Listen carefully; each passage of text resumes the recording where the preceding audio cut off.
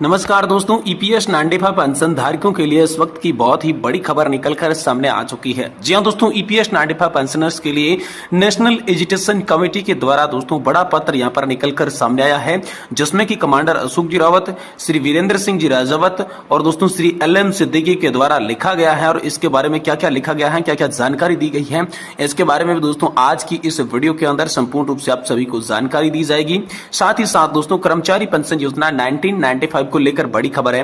मोदी जी अब से पहले इतने मायूस नहीं थे ईपीएस पेंशन के भोगियों के लिए। तो दोस्तों आखिरकार मोदी जी को लेकर क्या बड़ी खबर आई है, इसके बारे में आज की इस वीडियो के अंदर बात करेंगे। साथ ही अगर नहीं बढ़ाएंगे ईपीएस पेंशन, जो करना है वो कर लो, ये रिपोर्ट नई सामने आई है, इसके बारे में भी आज की इस वीडियो के अंदर बात की जाएगी।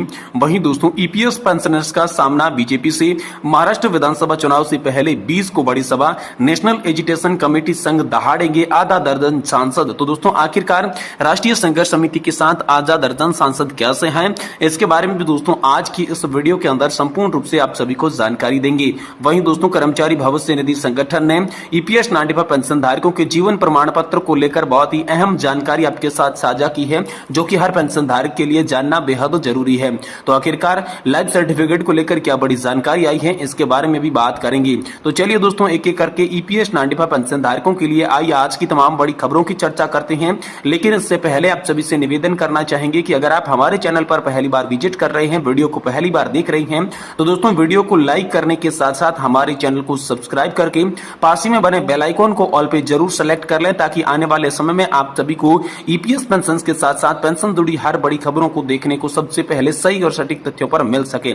इसलिए निवेदन रहेगा कि चैनल को जरूर सब्सक्राइब कर लें। तो चलिए दोस्तों बिना किसी देरी के वीडियो के अंदर खबरों का सिलसिला शुरू करते हैं और आप सभी को एक एक करके सारी खबरों को विस्तार से बता देती हैं। दोस्तों पहली बड़ी खबर की बात करें तो ईपीएस 95 पेंशनर्स के लिए नेशनल एजुकेशन कमेटी के द्वारा दोस्तों यहाँ पर एक बड़ा पत्र सामने आया, जो कि 11/7/2024 का पत्र बताया जा रहा है, जिसमें दोस्तों यहाँ पर जो है माननीय श्री राहुल जी गांधी, माननीय सांसद और नेता प्रतिपक्ष लोकसभा भारत सरकार नई दिल्ली से दोस्तों बड़ी प्रार्थना की गई है, जिसका विषय है कि ईपीएस 95 पेंशन धारकों की न्यायोचित मांगों को मंजूर करवाने के लिए यहाँ पर अथक प्रयासों के साथ हमारे साथ पेंशन धारकों के साथ बने रहिए। माननीय महोदया, सर्वप्रथम देश के ईपीएस 95 पेंशनरों और उनके परिवारजनों की ओर से माननीय महोदय जी को माननीय सांसद और नेता प्रतिपक्ष होने पर बहुत बहुत बधाई दी है। ईपीएस 95 राष्ट्रीय संघर्ष समिति देश भर के 78 लाख पेंशन धारकों की अग्रणी संस्था है, जिसने देश के 27 राज्यों में पेंशन धारकों के कल्याण हेतु निरंतर कार्य करते रही है। इसलिए राहुल गांधी जी से हम निवेदन करते हैं कि इस बार आप ईपीएस 95 पेंशन धारकों की तमाम मांगों को मंजूर करवाने के लिए नेशनल एजुकेशन कमेटी का साथ दें और उनकी मांगे जल्द से जल्द पूरी करवाने हेतु प्रतिपक्ष नेता के रूप में अपनी भागीदारी जो निभाएं और संसद के अंदर एक बार फिर से ईपीएस 95 पेंशन धारकों की पेंशन बढ़ोतरी के साथ अन्य 4 सूत्रीय मांगों को उठाएं। इसको लेकर दोस्तों बड़ा निवेदन यहां पर दिया गया, जिसमें दोस्तों रायपुर, दुर्ग और साथ ही साथ दोस्तों कोरबा के अनेक यहां पर जो है अलग अलग तरह के प्रेसिडेंट जो थे, जो वाइस प्रेसिडेंट थे और जो सेक्रेटरी थे, उन्होंने यहां पर अपना निवेदन दिया है। तो दोस्तों इस निवेदन में राहुल गांधी जी से बड़ी विनती ईपीएस 95 पेंशन धारकों की मांगों को मंजूर करवाने में सहयोग मांगने को लेकर की है।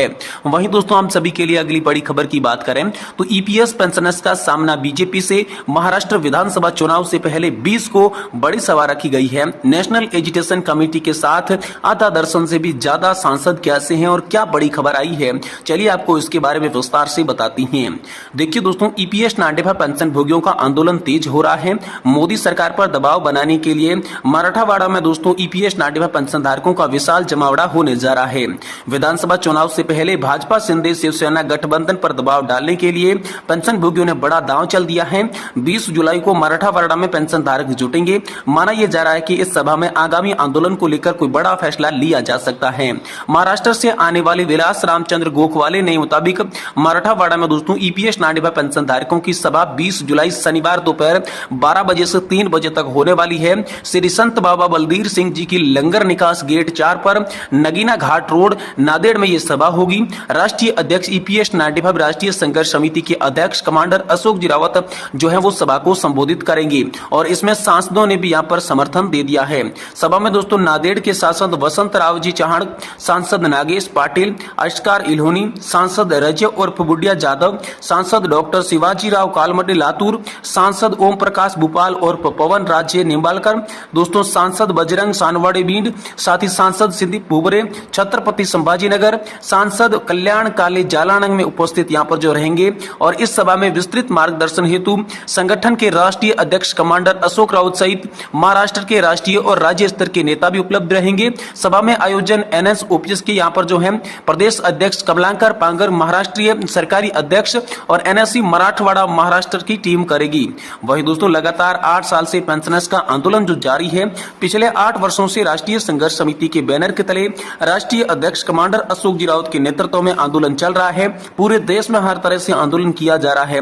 व्यक्तिगत बैठक को लेकर पत्रकारिता का उपयोग करके केंद्र सरकार तक अपने दुख भावनाओं को पहुंचाने का यहाँ पर लगातार प्रयास जो है नेशनल एजुकेशन कमेटी की टीम के द्वारा पेंशन धारकों के लिए किया जा रहा है।